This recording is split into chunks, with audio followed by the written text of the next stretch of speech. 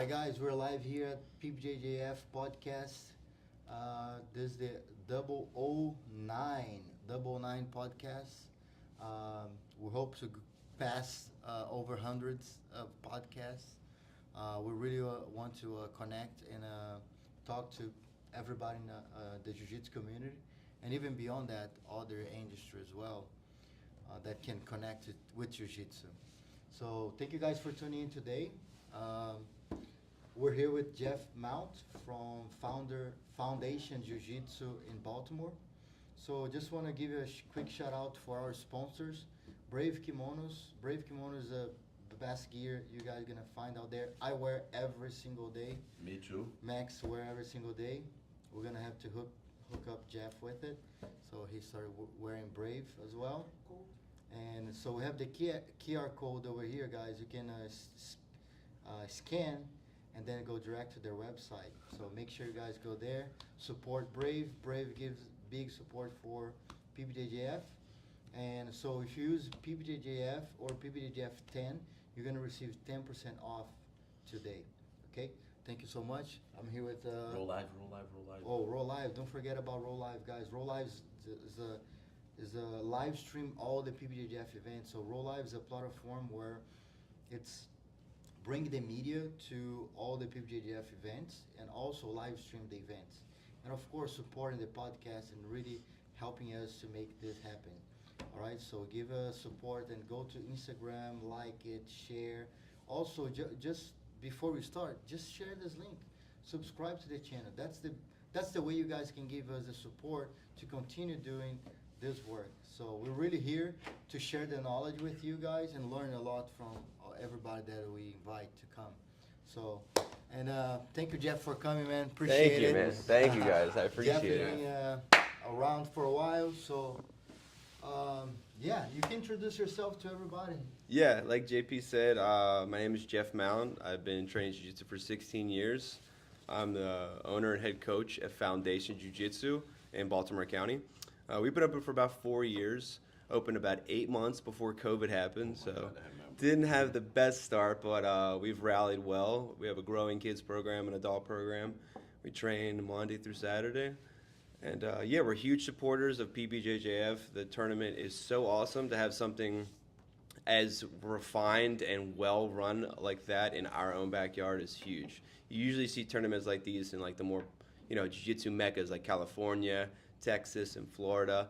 But to have this in like the DMV area is huge. And it's gotten off to such a crazy good start. You had like a few tournaments, and then now it's like you're having them in other states, and people are like, oh, I'm like getting on Smooth Comp and like registering for all these events, and it's like our own IBJF event, which, that's like kind of the gold standard, but like to have this so close and and I tell you guys all the time when I see you, like, please don't ever stop doing this. Make it grow, make this like the leading tournament in this area. So it's really cool to see that happen. Thank you. Definitely appreciate your support since the beginning. They come for the first event.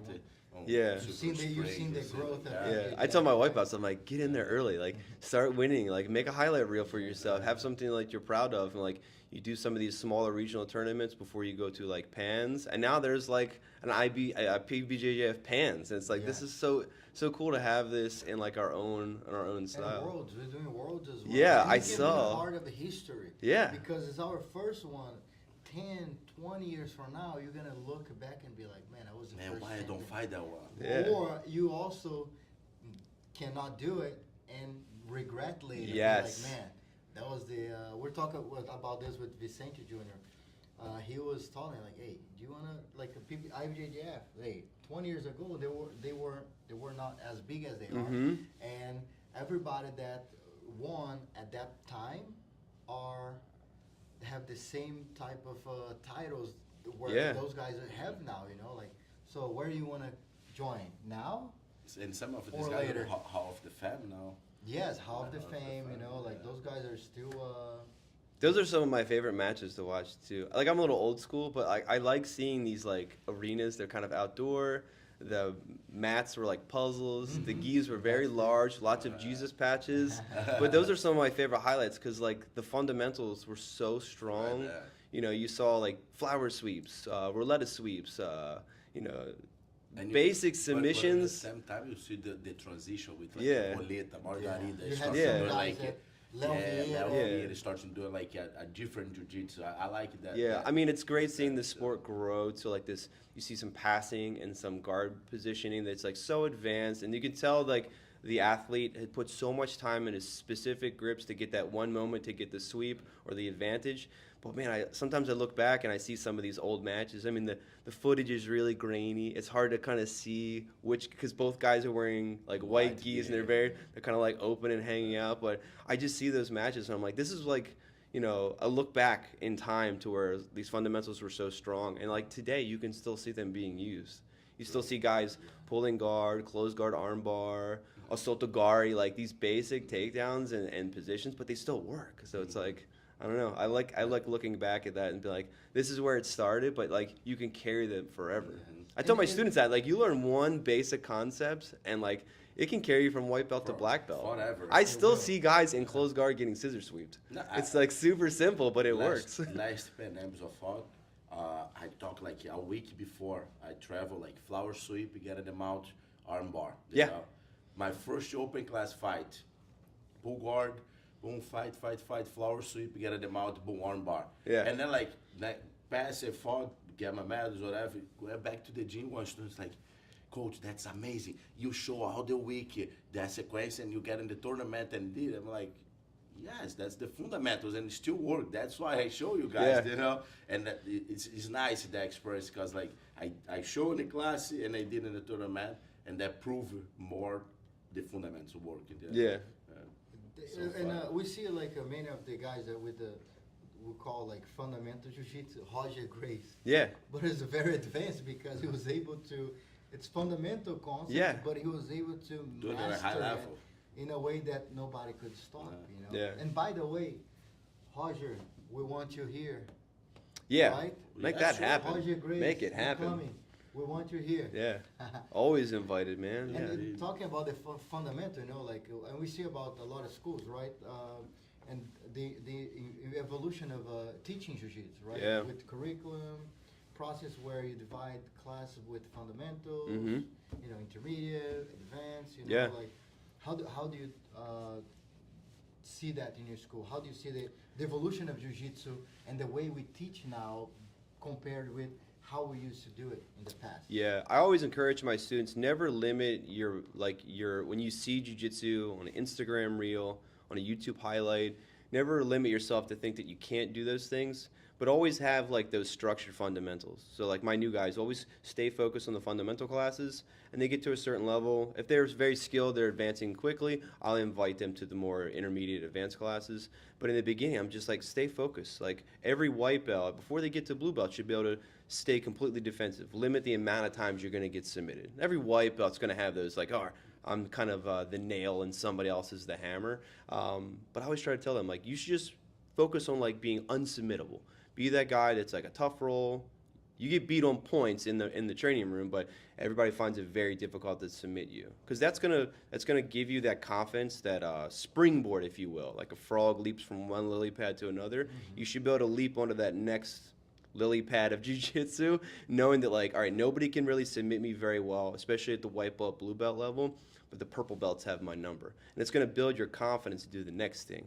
But if you come in, it's like your second month, like, okay, coach, I want to learn K-guard. I want to learn reverse De La Hiva. How do I berimbolo? It's like, that's a pretty broad spectrum. I actually had a reel about this on my Instagram. I'm like, the gap between the fundamentals and the advanced is really far. Have fun here, because you're only going to be a white belt for so long. You go to blue belt, you might have some extra responsibilities on yourself, some expectations. And you're going to look back, like, remember when it was fun, when I could, like, get my butt kicked and it wouldn't really hurt my feelings? Like, over time, you're going to have some expectations of yourself. So spend time at white belt, build those strong fundamentals, and don't be afraid to lose. Just make yourself unsubmittable. But that's how I try to explain it to my white belts. I feel like blue belt is the easy belt to get and the hard one to leave, because people get blue belt sometimes, and he carry that responsibility, you know, like, man, I can't, white belts can't tap him anymore, you know what I mean? But like, someone's still tapping me, and now I need to start to give him more hard trains for the purple belt. Yeah. And sometimes that's not gonna happen quick like that, you know, and you carry all these on your back and you start slow down your process. Yeah. Try have fun on your white belt and grow slowly. I see that, like, I see that's a lack of motivation on that side. But I think it's about your mentality. I tell all my students about this. So you gotta change your mentality about winning. Winning is not submitting somebody or everybody. Winning is maybe trying to do something that you're trying to achieve. Maybe like escape from side control. Yeah.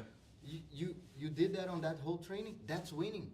Like, then you change the approach. You got submit hundreds of times, but you got that achievement.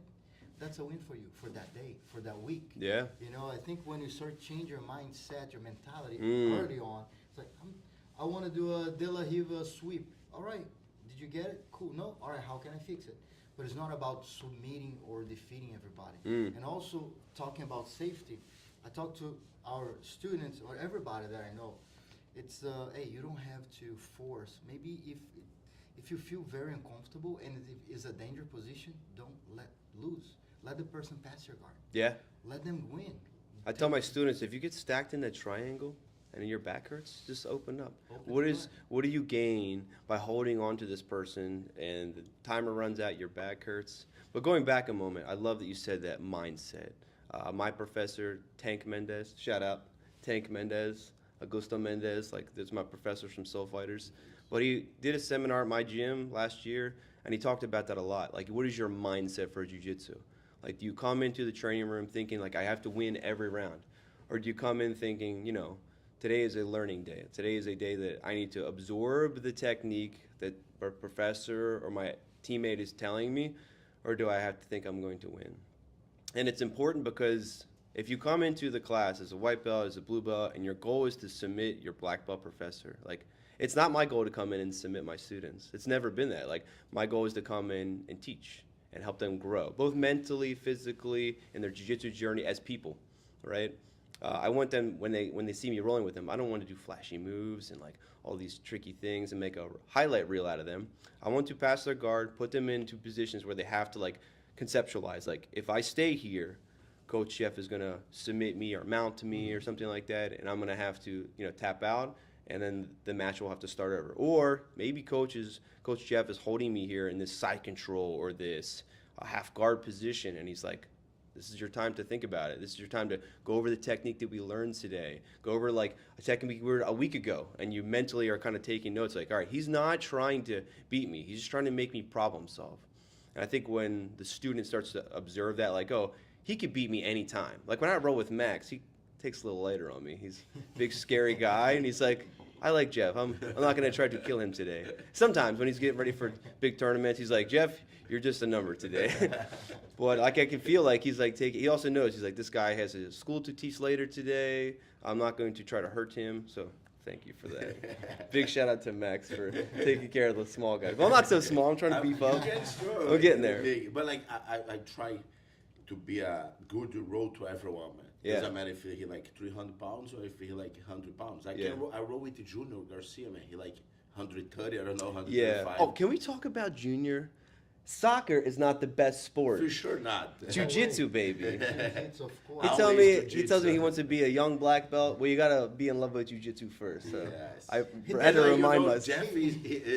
Jeffy, his favorite fighter. He just told this here now. They want his favorite fighter. That's Yeah, cool. I always appreciate that. Then I wonder, I'm like, does he tell everybody that? He tells me I'm his favorite black belt. I might be his favorite person because I'm very open to everybody and outgoing, but I love Junior, man. Ever since the first time I met that kid, like, he was a white belt. At the time, I was training at the gym I started at, Baltimore BJJ. Mm-hmm. Shout out Baltimore BJJ. And he's this white belt, and he's trying to snap me down, trying to do, like, jumping arm bars and triangles. I'm like, who is this kid? Like, he's got, like, this brand new show your roll gi on. He always fresh. Yeah, real fresh. His haircut's all done up. I was like, he was a white belt hanging out with black belts. Yeah. So he was like. Hey, but Junior is impossible. We don't like him, man. Yeah, it's hard. It's impossible to dislike him. Somebody told me like, I don't like Junior. He's super nice. He's cool. Yeah. Like one time on the beginning, man, he talked too much. And he beat me on the tournament in New York, you know. And like I know he all at it, but I always talk to him. But like, man, I'm warm up for a fight. Yeah. I'm warm up. He stopped on my side and he like, blah, blah, blah, blah, blah, blah, blah, blah. And I'm like, oh my God, man, this kid need to stop. And I'm like, man, I gotta go. Sorry. Yeah. I go outside the venue to be by myself. Like, Gotta get away from him. Man. Yeah. I But will say he's it super was nice. pretty great having him come to my gym for an open mat. This is when I was at Baltimore BJJ, because he came the next week and he bought Alexandre. Then the next week he brought Ataish. The next week he brought Charles. Nice. And no, I may never have met these people. You know, some gyms their doors are closed. They're not very open door policy. Like everybody come train. Some affiliations are very to themselves, and that's okay. I think everybody should be open to everybody. Cross train, like learn to lose. So even at the black belt level, like fight some brown belts that might sweep you and take your back. Sure. And you know, he came to the gym, and I guess he told all of his Brazilian friends, like, oh, there's some good guys there. And he would bring all these people. And now I have like a great friendship with Ataish, with Charles, with Alexandre. Like all these guys are like my friends now, and I might not have never met them. So big shout out to Junior for always opening the door and like making sure everybody knows everybody. Like his generosity and outgoing personality kind of brought everybody together. So that was really cool. So it's good to see Yeah. everybody. I think we're in a time where we're seeing a lot of people, at least for me, when I moved to the U.S., you know, I see a lot of people that stick with jiu-jitsu, succeeding with jiu-jitsu, you know, like you open your school. I think we train it when you're a brown belt, I think first time, right? You're a First brown time. belt. I'll never forget it. You know what happened? I was living in Florida at the time. I moved to Florida for a short period of time. I just got my brown belt, and I came back to Baltimore to visit. And Baltimore BJJ was doing like a little seminar. Monroe Hall had put on, shout out to Monroe Hall. He put on, he's like, yeah, we're going to do a little seminar. JP is really good. He's going to be there. And I roll with JP. We did a fantastic seminar. A lot of cardio, great breakdowns, techniques. And then we got to spar, and I was being very lazy. And he was like, I have an expectation for brown and black belts when I roll. He didn't say that, but you could feel it. Like his passing, I was like, oh, I need to step it up. I need to like get back on my grind, get back into training hard. Because, man, JP beat my butt. No, JP is that you look at him now and you're like, this guy don't have a good jiu-jitsu or whatever. No. They're not like, man, I trained to him like couple months ago. Yeah. He's still like super Still good. has it, yeah. Good pressure, knees, line pass. I'm like, oh my God, JP, Yeah. like, you don't forget. Classically good It's jiu-jitsu. crazy. Yeah. That's good. I changed a little bit my goals, you know. Yeah. Competing, you know, I think we're on the side where we're going to like trying to expand jiu-jitsu in a different way, you know. I'm still I train every day with my students, Yeah. you know. We start building the school from scratch, so building all these students, we have a really, I think, a good train now. Like I feel I can train with my students pretty well. It's awesome. And yeah, that's the toughest, you know, Yeah. as well, right? So You unknowingly have been like an inspiration for me. I remember, you know, we rolled that one time. I got my butt kicked pretty good by you, and then I was like, man, I gotta like step up my training. Like this guy, he feels like he can compete today. Like sign up an IBGF event, he'd be there today, and he would place on the podium.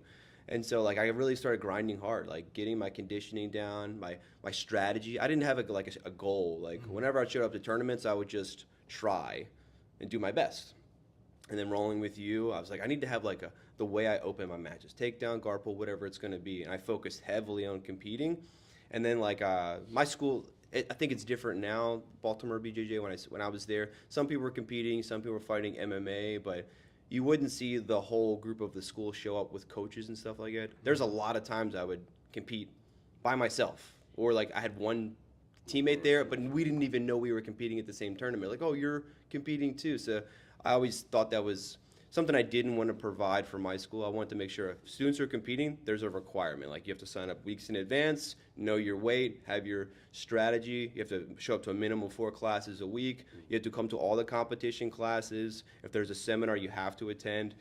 You know, have these things in place so that when the student competes, if you fail to like place at the podium, you're like, okay, it's just a strategy. You're not going to go there and be like, oh, I missed weight, my gi didn't fit. I did an illegal move, like grabbing inside the sleeve or something, or I went for a heel hook in the gi because I didn't know the rules. No, like in the training room, all that stuff gets broken down. And that was a big eye-opener training with him. Important. yeah, I remember like I was like, I'm gonna do it. I'm gonna start competing better. I'm gonna start like because I wanted this for myself. Like sometimes you get, impressed by another like higher level athlete, and you're like, I want that for me. However, I'm gonna get there. Whatever he's doing, I'm gonna kind of copy it. So I remember signing up for some tournaments, preparing these like smaller tournaments, and then I went to the New York Open. I did really well, and I got on the podium, and I look over, mat number 2, it was him fighting. I think you were going against Gianni Grippo. I was like, Johnny's really good. I was like, and JP's hanging well, and like taking him like all the way to like the advantages. I won that fight. That's what I thought. I won that fight. I won the fight. I was so inspired. I was winning by 1 advantage. He touched my foot 5 seconds left. The New York referee Boom. gave it to him the advantage, and the Decision. fight, the referee decision. Wow. Johnny, I won. Yeah. He knows that. He knows that. That's why he's training only nogi now. It was no gi match. Yeah. And the same day I fought. What's the guy big from Unity? You fought that guy too. Tex Jones. Tex Jones. Tex, Okay. Tex. We went at each other there. Yeah, I got a picture on my phone. It's from me. I got off the podium. He had some medals, I had some medals, and I was like, Nice, "This nice. is so cool." Seeing the guy that like kicked my butt a little bit, kind of lit a fire under me to start training more with the approach of like winning the positions and not just scrambling. Because I did a lot of scrambling. I fought MMA, so like it was a lot of scrambling. Yeah. When you put the gi on, you have to focus on like your strategy, and this guy is like strategy king.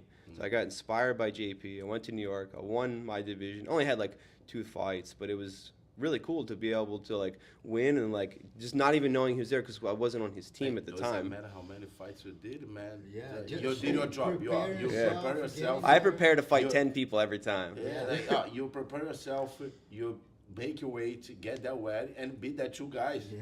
Yeah. You did your job. I just remember getting the medal on the podium, getting my photo, and I was so excited. And I look over, and then JP's walking with his medals, and I was like, "Yes, we did it!" Like this is the reason I kind of started. So it was Nice, not nice. on the same team, but still like it was the same team as But you're in the jiu-jitsu. same area too. Yeah. Same area, you know. Jiu-jitsu, Like, yeah. I think we're here. We support each other in Yes, some way. You yes, know, like yep. that's kind of like we want to see each other growing. You know, like I think life is like that. You see people around you succeeding. That's more That's inspirational inspiring, than yeah. anything. You know. It felt like we were like our own team because we were all from like this. I think you were at ground control, Mhm. and we were all kind of like in the same area. Like it was easy. I could just reach out and be like, "Can I train with you?" And it would be Yeah. that simple. So it was cool to see like almost like a Baltimore, Maryland kind of like Baltimore group. versus everyone. Everybody, yeah, that was pretty cool. But now it's growing. I was like, hey, everybody is with the jiu-jitsu flag, you know. Yeah. We want to represent the East Coast, right? Like we started the podcast PBJJF to bring the spotlight for the athletes and the schools around Absolutely, yes. here that put so much work. They have so much talent, people there, but they don't get to be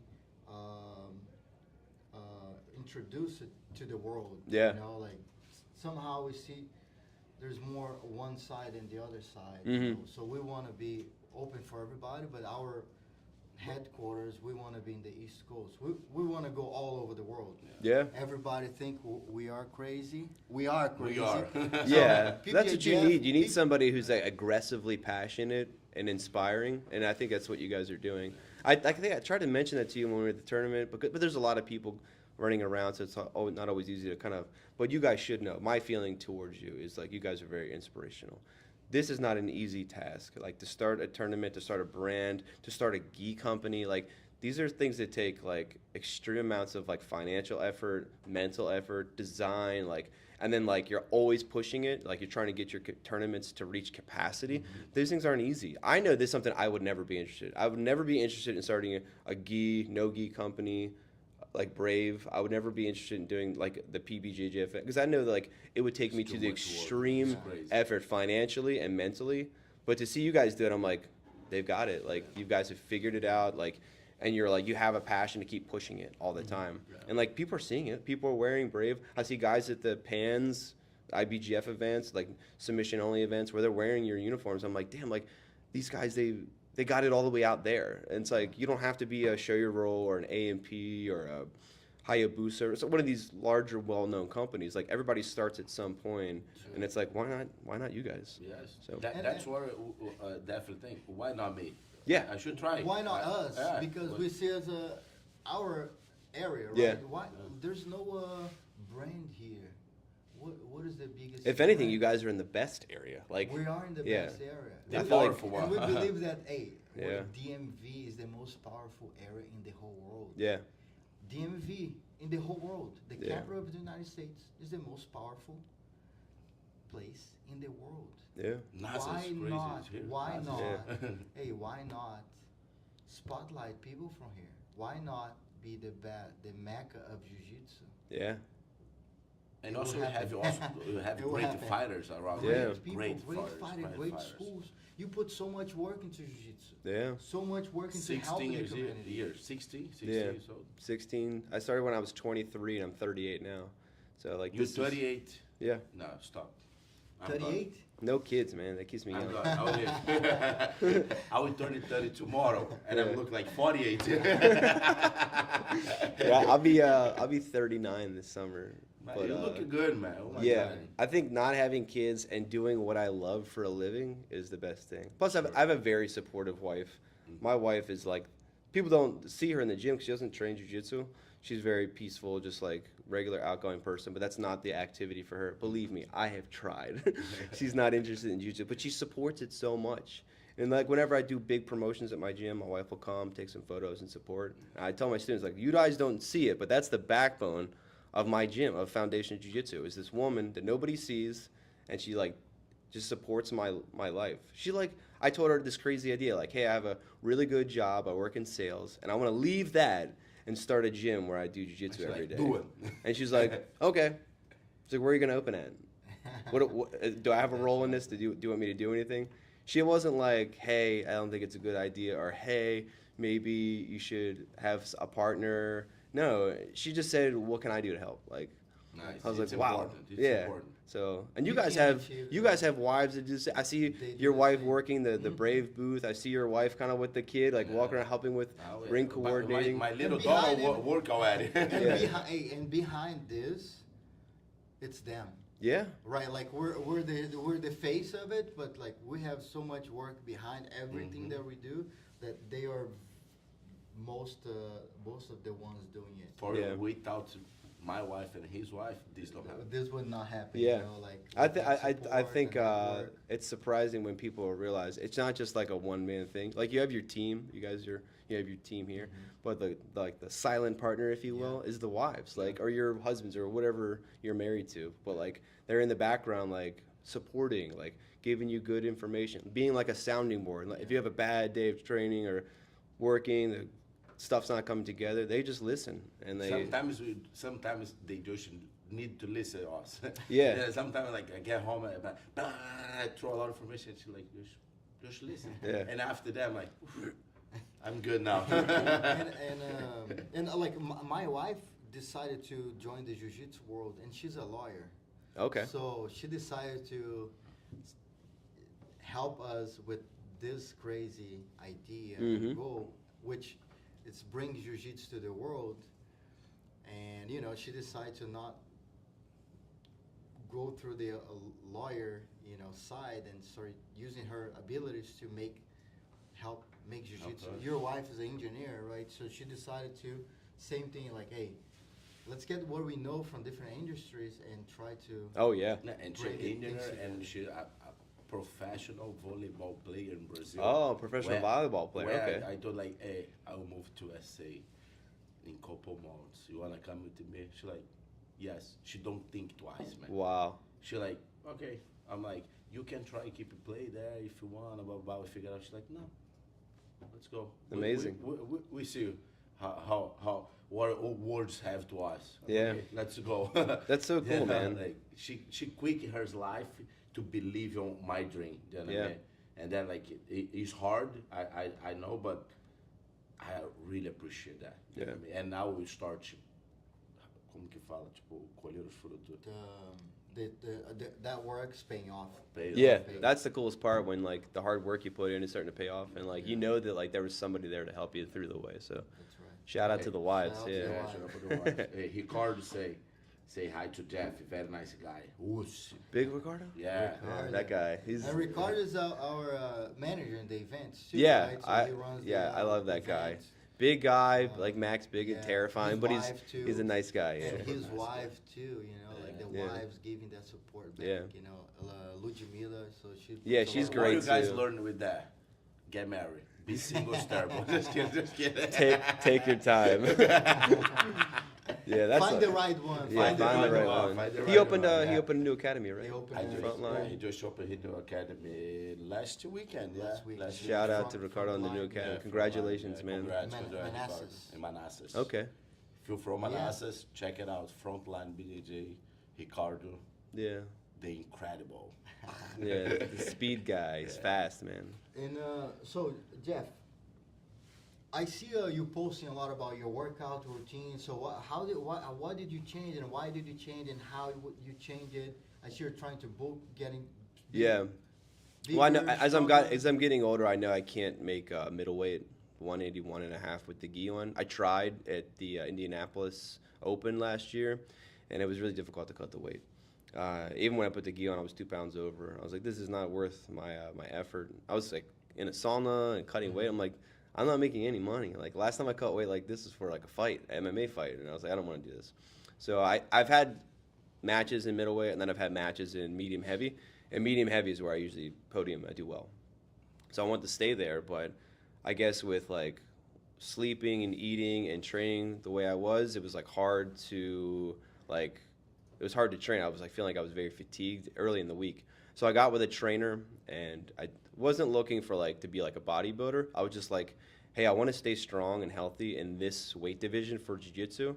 And he's like a bodybuilder coach, but he's like, I think I know what we can do.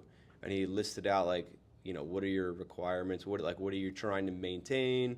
Do you want to be bigger, stronger? I was like, I just want to be this weight, but I have a very good nutrition. I just kind of ate whenever I felt hungry, and then slept, and then ate and worked out.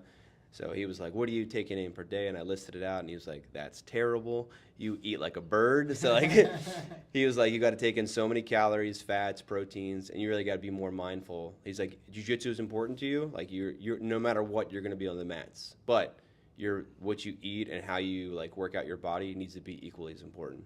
So I started working with him about a year ago. Shout out John Rojas at Team NCR.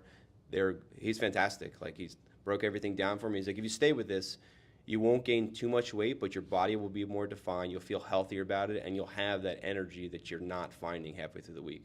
So started eating a lot better, a lot more consistent, and it just feels better. Like my cardio has always been a good thing, but like my fatigue usually happened through the days, not through the training. Mm-hmm. Like by Wednesday or Tuesday or Wednesday, I was like kind of flat after like 2 days of training because I just wasn't eating enough.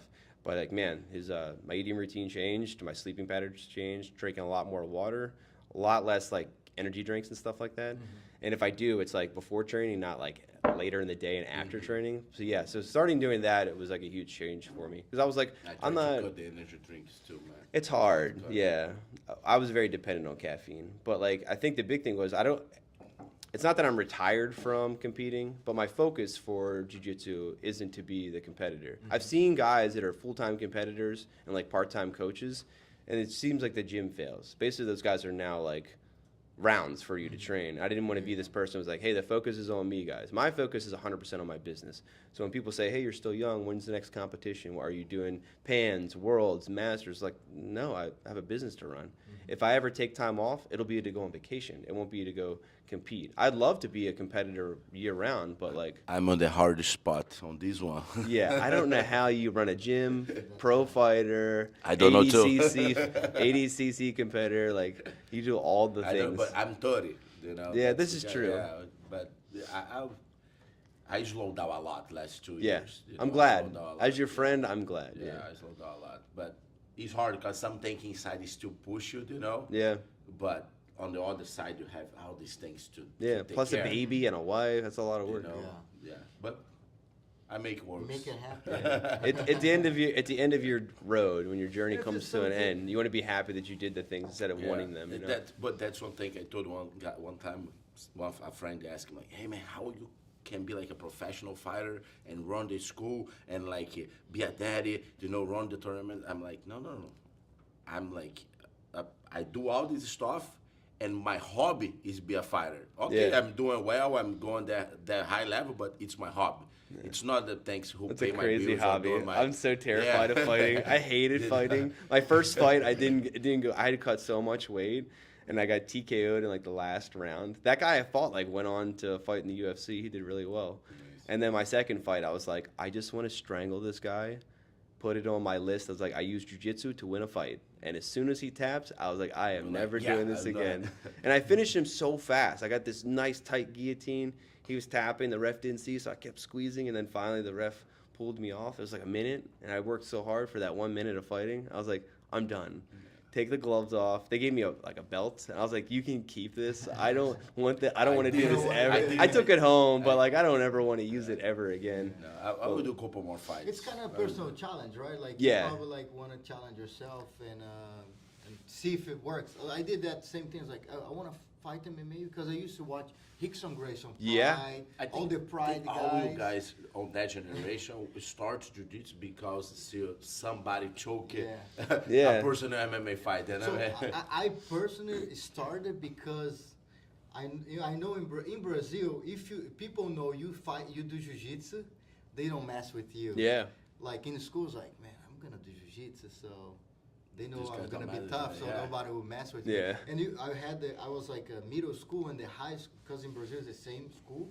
The high school guys would respect me. 'Cause Yeah. They knew like I was going to tournaments and win. It's like, I'm not gonna mess up with this guy. Right, I'd this rather kid be gonna his choke me friend. out. I started for self-defense purpose, and then I Yeah. loved later what kept me through jiu-jitsu, and I think the to work harder was the competition. Yeah. But at first, it started for like, hey, I wanna learn how to protect myself. So if I need in school, I can hang there, you know, I can protect Oh, yeah. myself. But eventually, like going to my first tournament was a 1 week of training, and I fought the yellow belt. I fought like really in the beginning to like maybe 3 weeks training. That's crazy. I was like, oh, we're going to this tournament. It's like, hey, can I join it? They're like, Yeah. all right, whatever. Yeah, like- And then I heard I think Minotauro did the same thing before. I was like, I remember somebody did it before. I can do it, and I compete against the Yellow belt. yellow belt kid, and I I eventually remember won. when It was, I did my interesting. first tournament. I just know 2 movements: headlock, takedown, Yeah. and cross choke. That's what they That's want. all you need. I know to do it, you know. And I beat like 2 kids. But I'm super big for my age, you know. I don't remember when I fight on a division. It's not like ultra heavy. Yeah. You know? That's what Tank, Like- my professor said that about him. He says, Max has been big forever. He's always been a big, Yeah. big, giant Like, kid. On the juvenile, I remember I'm like way big than the other kids, and my professor starts. I do that for a while on my state. I fight my weight, you know, my on juvenile, open class juvenile, and doing weight and open class and adult. Just because I'm like huge, you know what I mean? Yeah. Sometimes it's lost or win, you know, but I always get this experience on fight with big guys because I'm big already, you know. Yeah. And I'm like I don't know, 15 years old, like 200 pounds, Yeah. 205, and like not fat, but like tall and big. You know what I mean?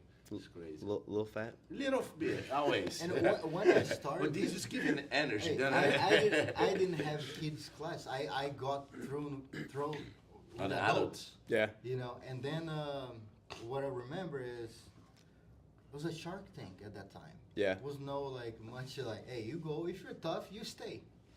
And you're a kid, you're gonna get beat up. So I was getting beat up all the time. And then eventually I got my yellow belt and I started bringing the new guys. I started giving the new guys a hard time. And I remember they want to kill Kill me. them. Yeah.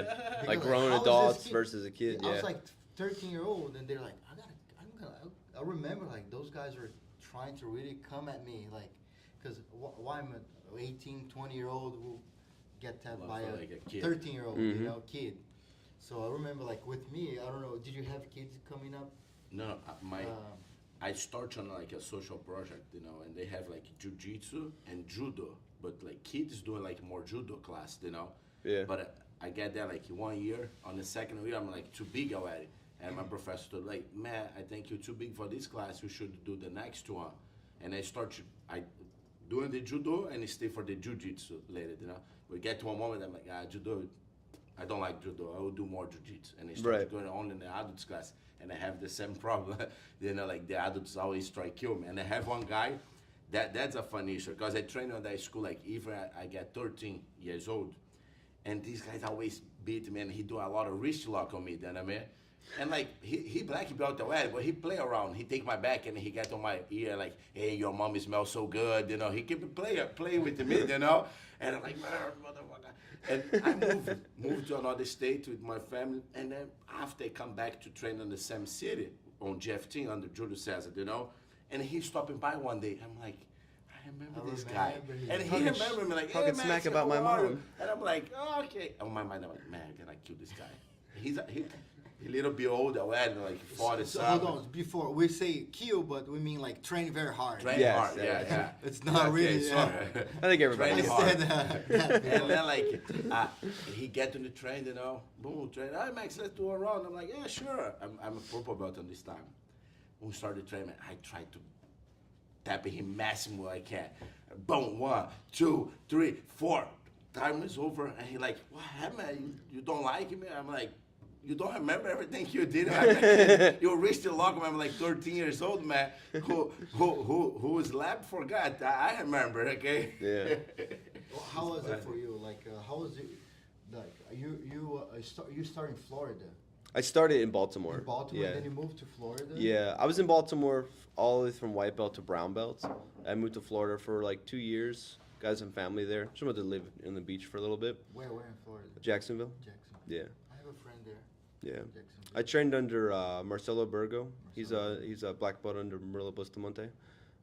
Great school, good. They're very inviting. So it's difficult when you're at, especially once you get to brown belt. If you're like a white belt, you move to a new city, you kind of just will find an academy that works for your schedule.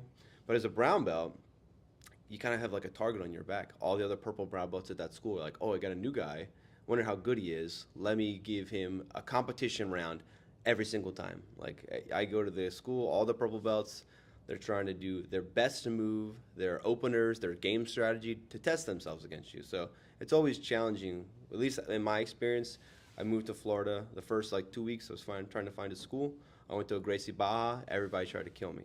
I went to a checkmat school. Everybody tried to kill me.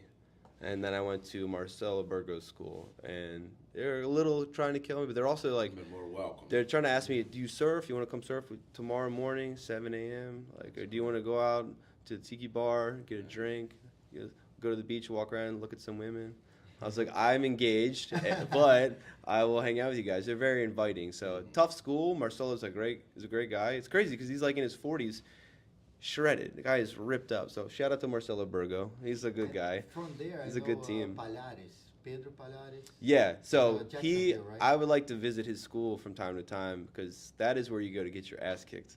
He was so good. Pedro, his son, is so good. I think he had an older brother, but he moved back to Brazil. He trained with us in Brazil. Yeah, I think he had some legal issues where he stayed in I Brazil. remember like 2011. He stayed a good amount of time in Rio. We trained a lot. But the first time I visited Florida as a purple belt. I just got my purple belt. This is before I moved there, and I went to Pedro's school. It's where his dad teaches. It was a day class. There's only 3 people, and I did not know who was a black belt yet. So his dad comes out, Luis Polaris, puts on his coral belt. I'm like, oh my, it's like a demigod. This is come down from like the Mount Olympus to train with us mortals. And he was like such a gentle guy, strong jiu-jitsu, but like just at that time, it was like you're rolling with like a retired professional athlete. Mm-hmm. This guy has been doing jiu-jitsu. He's probably been a black belt longer than I've been training. He's been doing jiu-jitsu probably longer than I've been alive as a person. Mm-hmm. So like realizing that like, oh, like he knows more than I can ever. Like we rolled, and like he just like toyed with me. He was like, just kicking me around, little foot sweep, puts me in my butt, passing my guard. He's in side control. I struggled to get out of side control for like 3 minutes, which felt like 3 hours, and then just like a little simple straight arm lock. And I'm tapping. He asked me if I'm okay, and he says, "Stand up, let's go again." I'm like, this is like unreal. At the time, I'd only roll with brown and maybe 1 or 2 black belts, and then to see this guy I mean, he was training in Brazil with the Gracies in the beginning, Nice. doing like gym challenges, street fights, and stuff like that. This guy's been around forever, so it was an eye-opening experience. I wish I could have trained there more. It just where I lived at to get to him, the traffic was so bad in Florida because it's a very populated area, and the highways are same highways that had been there forever. So you'd sit in traffic for like an hour and 20 minutes just to go get your butt kicked. But Marcelo's gym was on my side of town, so I would drive 12 minutes, go to Marcelo's, have a great time, good training. But yeah, that was my experience in Florida. It was a good time. That's awesome. I like Florida. Yeah, the weather's great. It's very similar to Brazil. There's a lot of Brazilians. They always go there or Texas, New Orleans, just because like the weather is But really I'll good. tell you, I haven't found a place better than Maryland yet. You like Maryland? You like the seasons, don't you? I like the people. I like Maryland. I don't know, man. Like, I love Maryland. I don't know. I had a like chance I go to to move to Florida. I was Florida. like, I don't think I would. I don't think I would live here. Do I you go know- to California. It's expensive, but Some things are good, but I think as a whole, Maryland's a great place. You're close to like mountains, beach. yeah. Good people. You know, economy is good. Like You have all seasons. you have Yeah. all seasons. You know, like people are. At least for me, in my point of view, people are very nice. Yeah, it's not bad. You know, I think I had a roads are chance to good. move to Maryland after COVID, to Maryland, to California.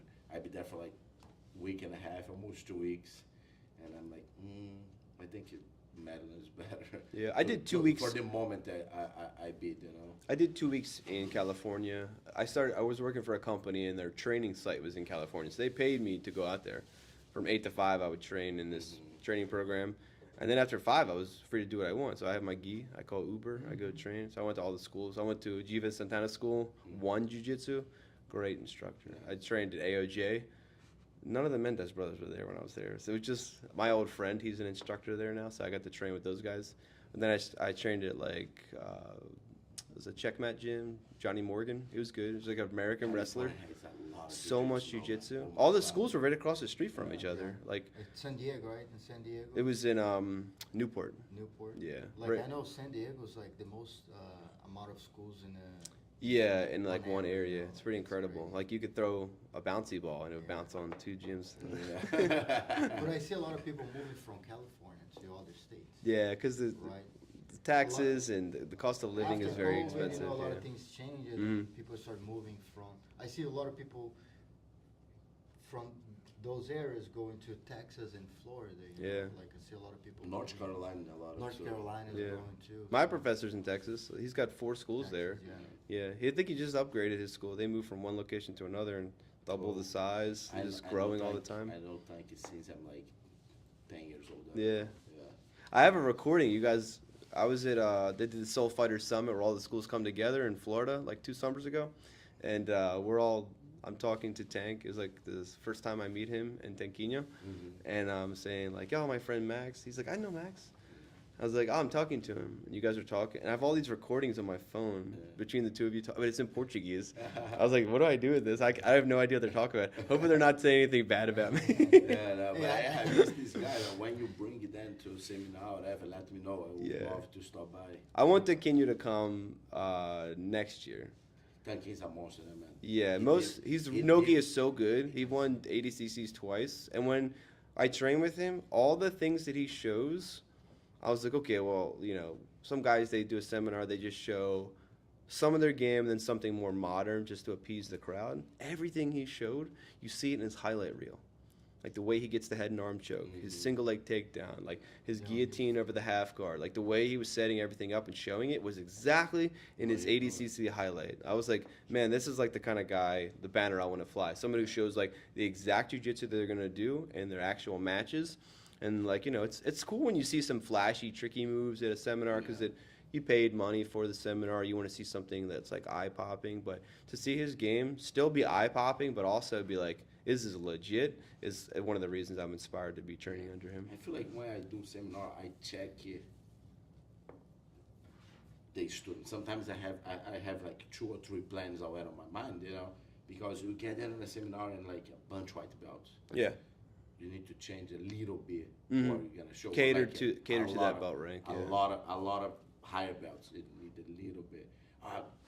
I was small guys. I'm a big guy. I need to plan, and I gotta just show like movements. You need to use too much your weight, your pressure. Yeah. Maybe I change a little bit. I always have like 3 or 4 plans on my mind. You did a great seminar at my gym a couple Yeah, of we did a years. seminar. It's that like happened, yeah. 2 or 3 years ago.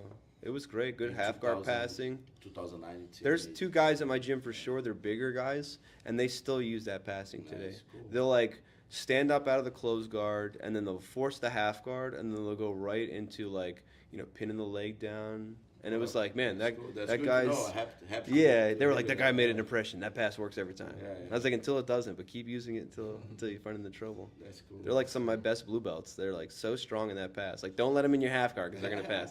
Keep them in like deep half guard or like close guard, something. Deli Hiva, slow them down because you put them in their half guard, they're gonna smash Yeah, you. smash it. That's good. So Jeff, man, I just want to thank you a lot, you for coming today. We Yeah, really this has been a appreciate good that. time, man. One question before we go: who would you like to see? Who would be your dream podcast for us to have here at PBJJF? Oh, no brainer, Marcelo Garcia. Marcelo Oh my God. Garcia. Marcelo, we want you here. So inspiring. Oh my I used to God. watch a highlight reel of Marcelo on YouTube.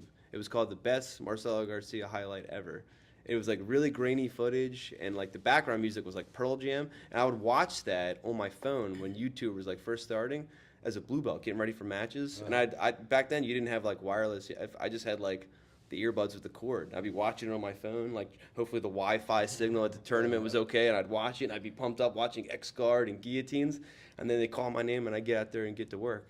But yeah, Marcelo's always Marcelo's a legend. He's a legendary live jiu-jitsu. legend. He Like is. fine wine. It tastes good the older it gets. You watch some Marcelo highlights and you're like, it still looks good after all these years. I mean, new jiu-jitsu is very inspiring too. Leg locks, some of the ways guys are wrestling and taking it back. But Marcelo has been doing that forever. Smooth, so smooth. So Yeah. right, like And so Wow, humble. Like, wow, he's such a yeah. nice guy. I've never met anybody that's like that nice all the time. In the middle of a sport, it's very combative, a lot of shit talking, like a lot of aggression. So like, Going that way, man. hey, That when way. you go to New York Open, you see like him walking. yeah, little and, cup like, of the night, coffee. He's you like, think, hello. Man, this guy, I can't, easy. Yeah. That guy can really beat everybody in that Yeah. room. And it's the That's nicest guy you're gonna see walking, helping, talking to people, taking pictures. Yeah, And that's what we see. Jiu-jitsu, you don't have to look tough. You don't have to act tough. yeah, That's true. You should present yourself as a jiu-jitsu practitioner as a humble person. You know, like Mhm. because That's like GP. He don't look tall, but he is. I don't know. Right before his matches, he and I are He's similar. changed. Yeah, game faces on. That's like the only time. Like I want to be semi-intimidating before a match. I want my opponent to be like, not sure if I want to fight that guy. But before the match, I'll shake hands. Hey, what's up? How you doing? Good I match. think it'll be nice to everybody. You know, Yeah. like, no matter what. Even when I win or when I lose, man. After the match, like, hey, good work, man. That Yeah. was awesome. You tough, man. Good job. Yeah. You know, like I think that's what we share with jiu-jitsu. At that time, we're on the mat. Hey, we're on. Yeah, for sure. After, man, like after is after. You know, and teach me something. Let's hang out sometime. Mhm. Let's get some food. You know, I think that's where we believe jiu-jitsu should go. You know, like less trash talk and more. Oh yeah, for sure. More the values we learn on the Yeah. mat. That's basically. I think the real martial arts practitioner has that mindset Yes. of like, win or lose, before the match, after the match, friendship always. Because you might see this person again in a better setting. It won't be in the middle of a match. They might be attending your school for a seminar And or we will get to see each other Yeah. everywhere. you know. Everywhere. And we don't share that in our schools. Mhm. Why do you want to share that to the world? yeah. I think Like- also jiu-jitsu it's big to us, but it's not big to the world. So it's pretty Mhm. small. It's a niche sport. Still young. It's still very Well, young, I you will know. tell So you like you're gonna because- see these people again. I will tell you because this happened back in Brazil. Jiu-jitsu had the reputation of, man, you train jiu-jitsu, you are someone that's gonna go out and beat people up. Yeah. Because you had white They call belts it coming, Peach the Boys. Peach Boys. Have you heard that? So back in the 90s in Brazil, those guys would start training jiu-jitsu and go out to beat people up. Yeah. Fight. Look, Let's do it. that's a advertisement. Yeah. But is that the type of? It wasn't all over the news in a very bad way. I don't want to see myself or people that see jiu-jitsu think that I am like that, because I am not. Yeah. Like, we are like what we do daily. It's the opposite of those guys are trying to do. Trash talking. Hey, if you only do no gi, you're a grappler. Yeah. You don't do jiu-jitsu. Yeah. Call yourself a grappler. You're not a jiu-jitsu. Yeah. If you only do no gi or luta livre. Yeah, But luta to livre. be a jiu-jitsu, you have to put the gi on. Luta Livre is the beginner of. I remember my first year of jiu-jitsu. I did not want to wear the gi.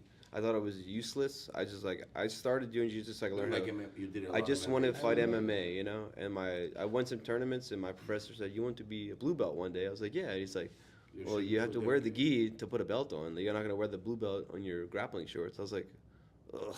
So I tell my friend, he goes to Pans. I said, back then you really couldn't order gis from anywhere. Every once in a while you can, but it come from Brazil and you have no idea what you're gonna get. Said, "Hey, when you go to Pans this year," it's like 2007, 2008. I was like, "Can you go to the Corral booth and buy me a uniform? Here's $150. Buy me like an A2." So he brings back this gi. It felt like cardboard. I was like, "This thing is so tight. Like, it feels coarse on my skin." And I was like, "You sweat and it gets heavier." But then, Corral was my first sponsor. yeah, okay. First sponsor. I remember Shout just out to Corral. shout out to Corral. Vitor is the honor, man. I remember being like super nice guy. struggling to make it work, and then I grabbed the guy's collar, stiff arm, to keep him from passing my guard. And I was like, there's a tool here. Like I can use this to keep him away, or I can use it to pull him in. And after like 3 weeks, 4 weeks of training, I was like, I like the gi. It's pretty cool. The transition is like you train a gi, you take your gi off, you're still a black belt. Yeah. You train no gi, you put the gi on, you're not a black belt anymore. Yeah. You're gonna see blue belts giving a really hard Yeah. time. I have some guys in my gym. They're real stubborn. They refuse to do no gi. Either they're scared to wrestle or they're scared of leg locks. I'm like, it's all the jiu-jitsu that you learn. Yeah. Like you have to do both. Like You do both. you have to learn to wrestle whether you have the gi on or not. You have to learn how to pull guard whether you have the gi on or not. You have to learn how to defend leg locks if you don't like them, because somebody will leg lock you. I have a guy. He's like, "I only want to train the gi. I don't want to do leg locks." I'm like, "Well, somebody's gonna foot lock you in the gi. Straight Right. ankle to hold, knee bar. Like it's gonna happen. So like you have to. It's all legal. Eventually you'll be a black belt. Yeah. He's a purple At that belt now. level. So like the road He's to black close. belt is He's coming. close. Yeah. He's really really good. So like he's gonna be a black belt one day. There's no reason he would quit now. And I was like, "Come on, man. Like embrace. Even if we do private or one-on-one. Like maybe you just drill and don't spar." Yeah. And he's like, "Okay, I'll think about it." Let's I practice. do. Let's On practice. my schedule, my school is almost 50-50. Yeah. Like gi and no gi. You know, I know before I have only no gi like all levels, and now I split like on fundamentals too, because it's hard to throw like white belts on the like no gi. Mm-hmm. Wrong with a bunch of higher belts who try like leg lock. Oh, yeah, You yeah, know yeah. what I mean? And no gi, how I know you are white belt. Right. Only if I put rankings on the rash guard or that, but it's a process. You know, I'm just open, maybe a little bit hard to do that. What I did, if you have like 3 stripes below, you're not allowed to do like the intermediate no gi class. Yeah. You should be on the fundamentals, and then I can build in these guys a little bit better to jump on that Yeah. advanced Yeah. class. Man, that was great. It's I think cool. it was a I great love time the here. time Thank here. you, Jeff, Yeah. for coming. I This love is- the podcast. You guys are this Hey, is this- a great opportunity This is for your you guys. first time here. You're gonna come more often. Hey, this is Yeah. our headquarters, so you guys know where it is now, and Yeah. there'll be more opportunities for sure. For And just sure. want to give a quick shout out again for our sponsor, Brave Kimonos. The QR code is right here, guys. Yeah.